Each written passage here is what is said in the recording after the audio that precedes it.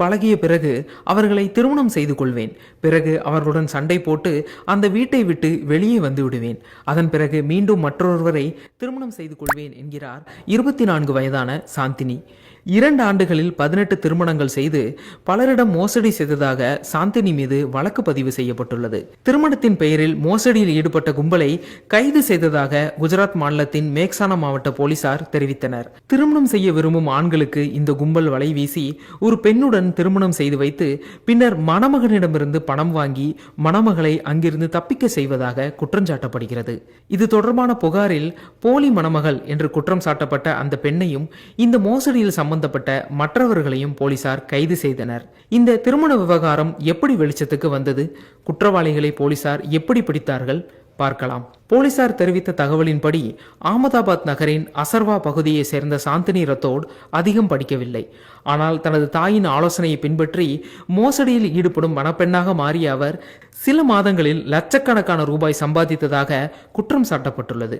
சுமார் 2 ஆண்டுகளாக அவர் இத்தகைய மோசடியில் ஈடுபட்டாலும் போலீசாரின் கையில் சிக்காமல் இருந்துள்ளார்.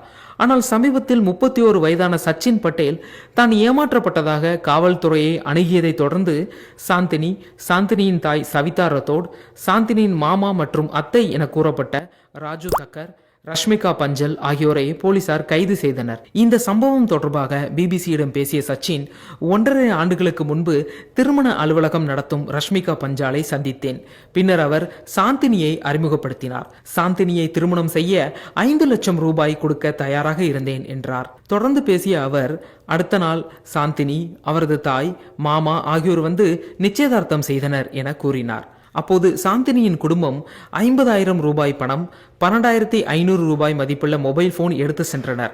ஆனால் சிம் கார்டை எடுத்து செல்லவில்லை. பின்னர் திருமண உடைகளுக்காக ஆன்லைனில் முதலில் 39,000 ரூபாய், பின்னர் 11,000 ரூபாய் பெற்றனர். சாந்தினியின் தந்தைக்கு உடல்நிலை சரியில்லை என்று கூறி உடனடியாக திருமணம் செய்து கொள்ளும்படி எங்களை வற்புறுத்தினார்கள். திருமணத்திற்காக அகமதாபாத்தில் உள்ள நியூ வதாஜுக்கு எங்களை அழைத்தார்கள்.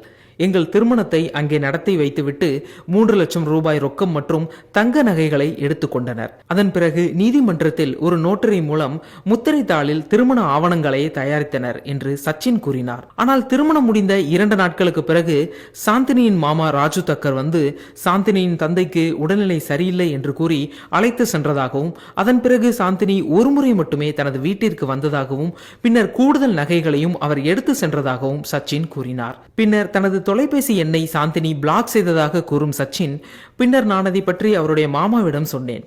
சாந்தினிக்கு என்னை பிடிக்கவில்லை என்றும் விவாகரத்து வேண்டும் என்றும் அவர் கூறினார். நான் விவாகரத்து பெற அகமதாபாத் சென்றேன். அங்கு அவர் என்னிடம் தவறாக நடந்து கொண்டு 50,000 ரூபாயை எடுத்து சென்றார். நான் போலீசில் புகார் செய்தால் என் மீது பொய்யாக பாலியல் வன்கொடுமை வழக்கை பதிவு செய்வதாகவும் மிரட்டினார் என்கிறார். தொடர்ந்து பேசிய அவர், சில காலத்திற்கு பிறகு சாந்தினி என்னை தவிர இன்னும் பலரை இதே முறையில் ஏமாற்று திருமணம் செய்து பணம் வாங்கியிருந்தது எனக்கு தெரிய வந்தது. நான் போலீசில் புகார் அளித்தேன். எனது புகாருக்கு பிறகு சாந்தினியால் ஏமாற்றப்பட்ட 6 பேரும் போலீஸை அணுகினர் என்றார். மேக்சானா மாவட்ட போலீசார் சாந்தினி மீது பல வழக்குகளை பதிவு செய்துள்ளனர். அகமதாபாத் நகரின் வஸ்திரால் பகுதியை சேர்ந்த முகேஷ் பட்டேல் முன்பு 3 லட்சம் ரூபாய் கொடுத்து சாந்தினியை திருமணம் செய்ததாக தெரிகிறது.